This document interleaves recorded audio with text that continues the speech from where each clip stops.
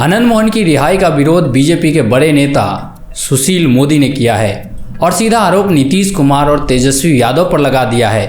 दरअसल बीजेपी अभी कंफ्यूजन में है कि वह आनंद मोहन की रिहाई का विरोध करे या नहीं करे। इसके पीछे कारण है राजपूत वोट, लेकिन दूसरी तरफ राज्य में 16% के आसपास दलित वोट हैं और बीजेपी कहीं ना कहीं यह मानकर चल रही है कि आनंद मोहन की रिहाई के विरोध करने के बावजूद भी ज़्यादातर राजपूत बीजेपी को ही वोट करेंगे। इसलिए अगर आनंद मोहन की रिहाई का विरोध सही तरीके से किया जाता है तो दलितों के बीच एक अच्छा संदेश जाएगा और अगर दलित बीजेपी की तरफ अपना रुख करते हैं तो 2024 की लड़ाई में महागठबंधन से बीजेपी आगे निकल सकती है।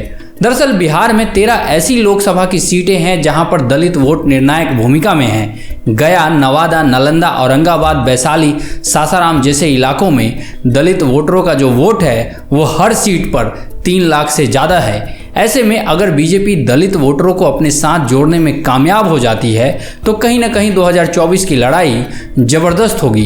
वैसे भी बिहार के दलित नेता पिछले कुछ समय से बिहार की सरकार पर दलित समुदाय को प्रताड़ित करने का आरोप लगाते रहे हैं। उनमें से जीतन राम मांझी प्रमुख हैं। मांझी कई बार यह कह चुके हैं कि बिहार सरकार की जो शराबबंदी की नीति है वह सीधे तौर पर दलित और पिछड़ों के खिलाफ है।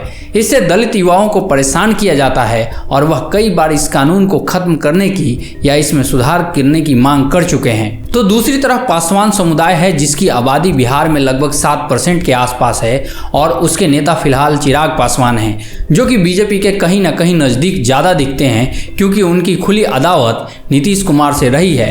ऐसे में चिराग पासवान बीजेपी के पाले में जाते हुए नजर आ रहे हैं और यहाँ गौर करने वाली बात यह भी है कि चिराग पासवान ने आनंद मोहन की रिहाई का जबरदस्त विरोध किया था। चिराग पासवान ने कहा था कि किसी को फंसाना होता है तो बिहार के सीएम नीतीश कुमार नया कानून बना देते हैं और किसी को छुड़ाना होता है तो वह नया कानून दोबारा बना देते हैं। चिराग पासवान ने कहा कि एक जिम्मेदार आईएएस अधिकारी की बिहार में हत्या हुई, इन्हें कैसे झुठला सकते हैं।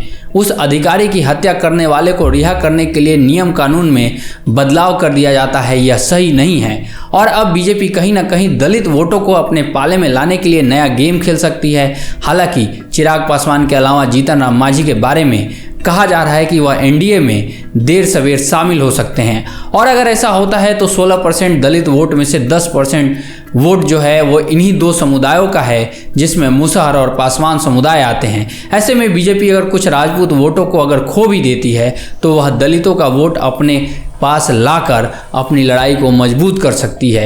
इसी के तहत बीजेपी के वरिष्ठ नेता सुशील मोदी ने नीतीश कुमार और तेजस्वी यादव की सरकार पर जेल कानून में बदलाव करने की आलोचना कर रहे हैं। तो फिलहाल इस वीडियो में इतना ही। क्या आनंद मोहन की रिहाई आने वाले चुनाव में बड़ा मुद्दा हो गई है? आपको क्या लगता है कमेंट में बताइएगा और अगर अभी तक आपने हमारे चैनल को सब्सक्राइब नहीं किया है तो हमारे चैनल को सब्सक्राइब जरूर कीजिए। धन्यवाद।